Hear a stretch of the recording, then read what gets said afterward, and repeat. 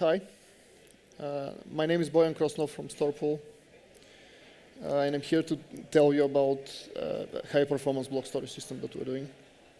So we started doing StorPool. We started StorPool about 3 years ago, exactly with the purpose of solving block storage for service providers who are hosting a lot of virtual machines in their clouds.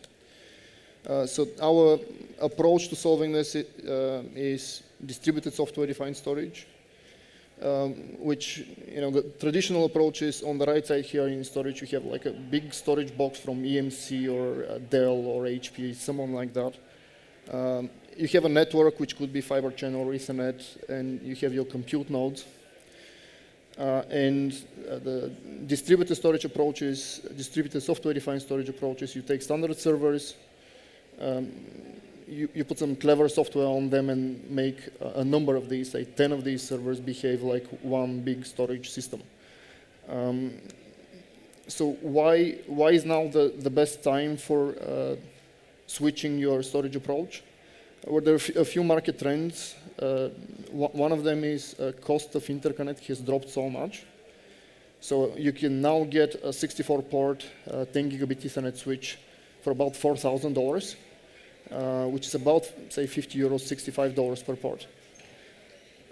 And the other one is, the other market trend is multi-core CPUs. So the typical hypervisor server today has 20 cores, 256 gigabytes of RAM. And good software-defined storage solution would take, say, 1, maybe 2 CPU cores out of that, and will leave the other 18 cores for your virtual machines, right?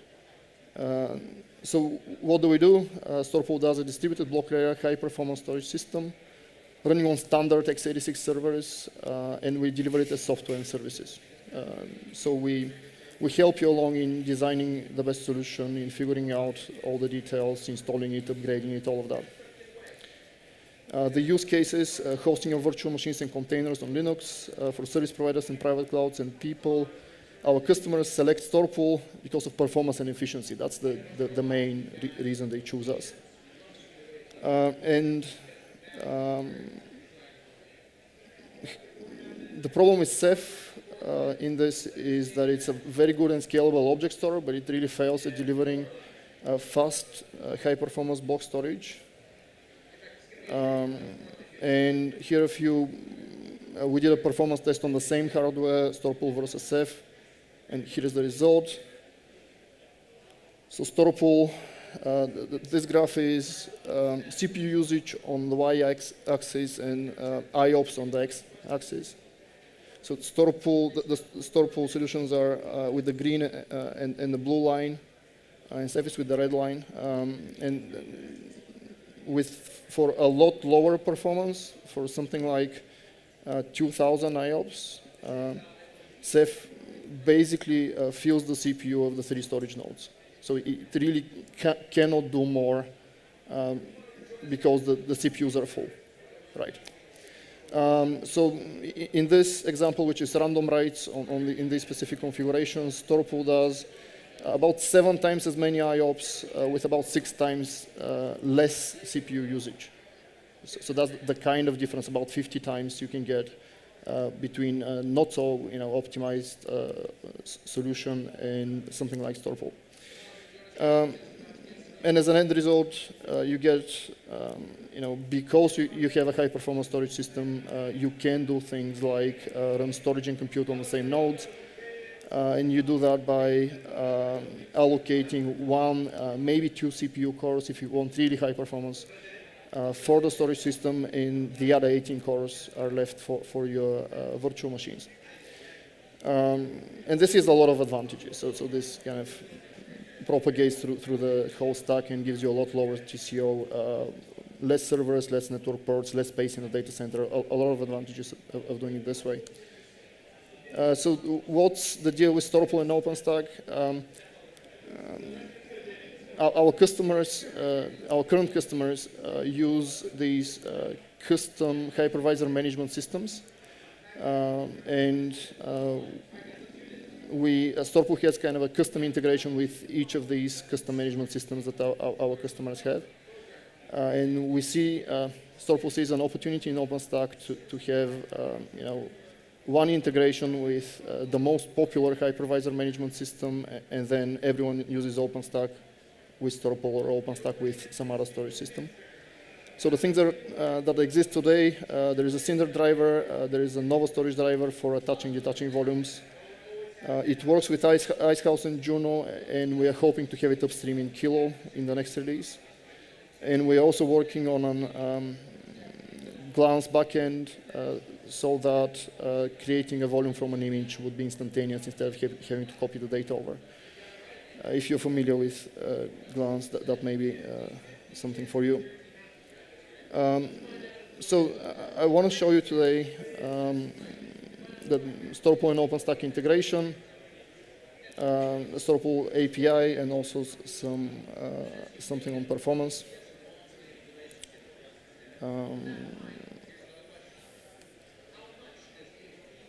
Okay. No, not here.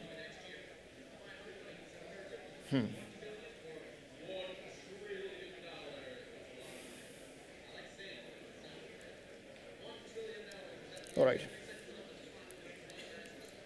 So this is your, familiar OpenStack dashboard, and in here we have an instance that is actually using StorPool.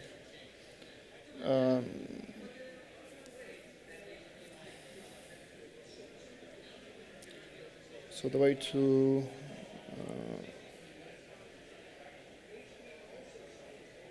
should have instance. All right. I think it's sorry. So there are two volumes in there. One is attached as VDB to that instance, to that virtual machine. The other one is attached to VDC.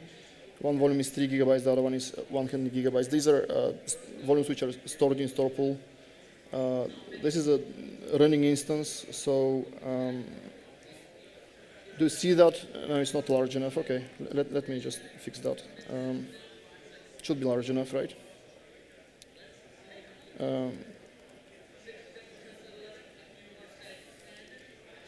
This is the hypervisor that this instance is running on.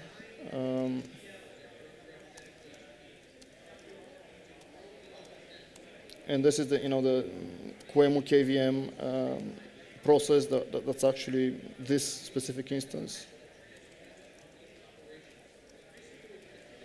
And you can see here that instance is on StorPool storage. This is all provision through OpenStack. You can anything you do with we support all the standard Cinder functions, so volume snapshots, everything. So you could this is a snapshot which is of this volume, and if we want to, we can create another snapshot of it just by going over there and giving it a name. So that's snap2, create a snapshot, and then we have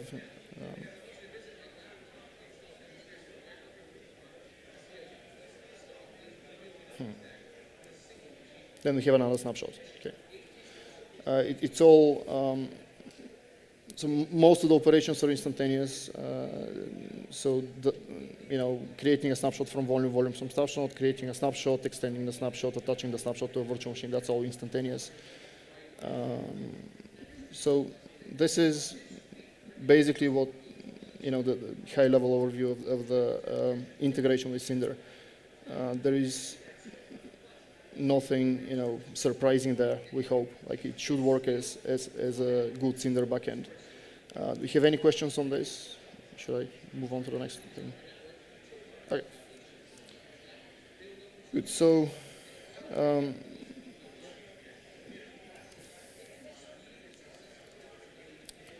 So the way it works one level deeper is that there's a StorPool API, and there is also a command line tool for it. And the StorPool CLI just makes an API call and gives you some information with This is an example of what kind of information you can get from it. So you can get the same information obviously as JSON, and if you want to do your own integration or extend the StorPool OpenStack integration, you just talk to our API and you ask the API, create me a volume, it creates the volume. You ask the API, attach this volume to the specific host, it does that. Let's do something. So this is a list of the volumes. Let's create a new volume. Let's say volume OpenStack submit.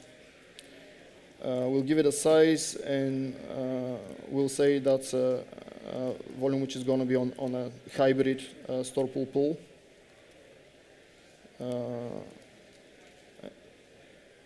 I'm sorry about the long names. Just Cinder likes to put these really long names, so it kind of screws up the layout a bit. Right. So this is the volume. It's 10 gigabyte volume, 3 copies. There is nothing stored in it at the moment. So StorPool is thin provisioned. There is nothing in there. You can also attach the volume to a specific host, and that makes it appear as a local block device. So there it is. And then you can work with that block device as with any, say, LVM logical volume or any local, as if it was a local hard drive. So one thing you can do, for example, is you can write data to it. You can create, a file system directly on top of the block device, or you can attach that block device to a virtual machine. Let's say in this example we put a file system directly on top of the block device. There it is, and that's that file system is now created, and we can say, for example, we mount that file system somewhere,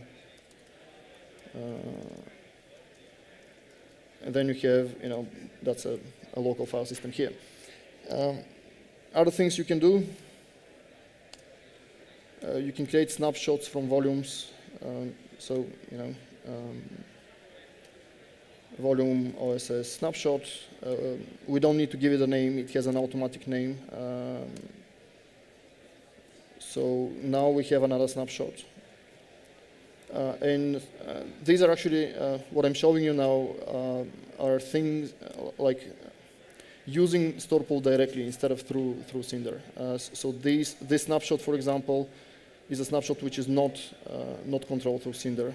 And if we look here, so that's snapshot OSS 23, and it doesn't have a Cinder name. So you could use StorPool for OpenStack workloads as well as other workloads. You can have kind of one large storage system and have OpenStack on it, and OpenStack creates its own volumes and snapshots in the system. And you could have other volumes which are volumes and snapshots which are not controlled through OpenStack. And yeah, so that's the CLI. Our concept with the CLI is absolutely every function you have in the CLI you also have in a JSON API. So there is nothing that everything you can do through the CLI, every single comment you can do through the CLI. There is also an API call that does exactly that. Yeah. And that's the CLI API part. And are there any questions on this part? Yeah. Oh, sorry. Sure. So you take a snapshot. We can even take a snapshot which is created by Cinder, and we say StorPool volume new parent. Okay. I can't paste this for. We'll use the short one. I just don't have a kind of a way to copy it and paste it back. And so you have this new volume, which is based on the snapshot which we just created.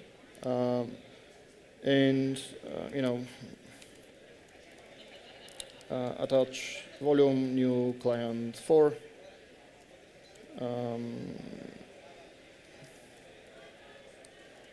Mount, dev StorPool new into media new. And so that's a kind of the same volume we just created. All right. Any other questions?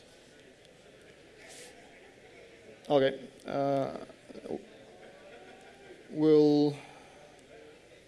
Let's move to performance. So the performance numbers I mentioned, when we talk to a lot of people, they think these performance numbers are impossible because the general concept people have is that a hard drive can only do 100 IOPS, and that's not necessarily true. It depends a lot on the way you write data to the hard drive. And we do that in an unusual way.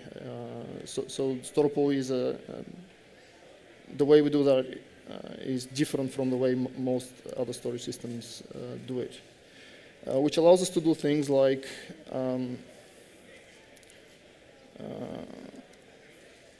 okay.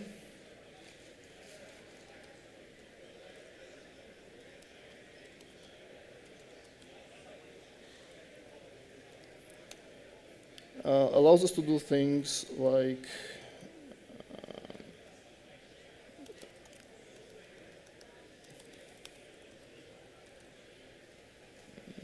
so this is a random write with 64, let's increase that a bit, with 256 parallel operations on the volume which we just created from a snapshot, okay? And we do, we just launch this random writer, and it does that at 16,000 IOPS. Even though this is a triple replicated volume on a cluster which has 28 drives in total, but okay, StorPool placement group, HDD list, but only these which are 24, okay, so on 24 hard drives. So 16,000 random writes on 24 hard drives. The way this specific volume is configured at the moment is that it has 2 copies on hard drives and 1 copy on SSDs. So all the reads come from the SSD, and I haven't written the volume fully yet, and I'm kind of out of time. So I can show it to you later. So all the reads come from SSDs.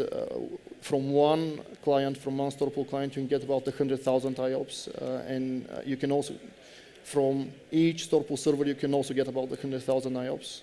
So in a cluster, it kind of scales with the size of the cluster and the number of workloads on top. Any last questions? For the volumes we just created, no, because we.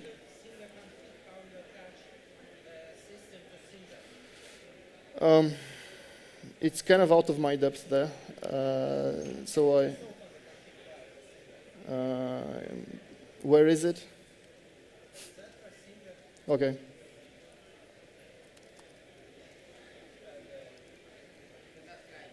Yeah. Yeah. So it's just like any Cinder integration. Okay. And can you show what you installed to the cost, the package list? I mean, what part is it? StorPool at the moment, it's not on these machines. It's not packaged like an RPM.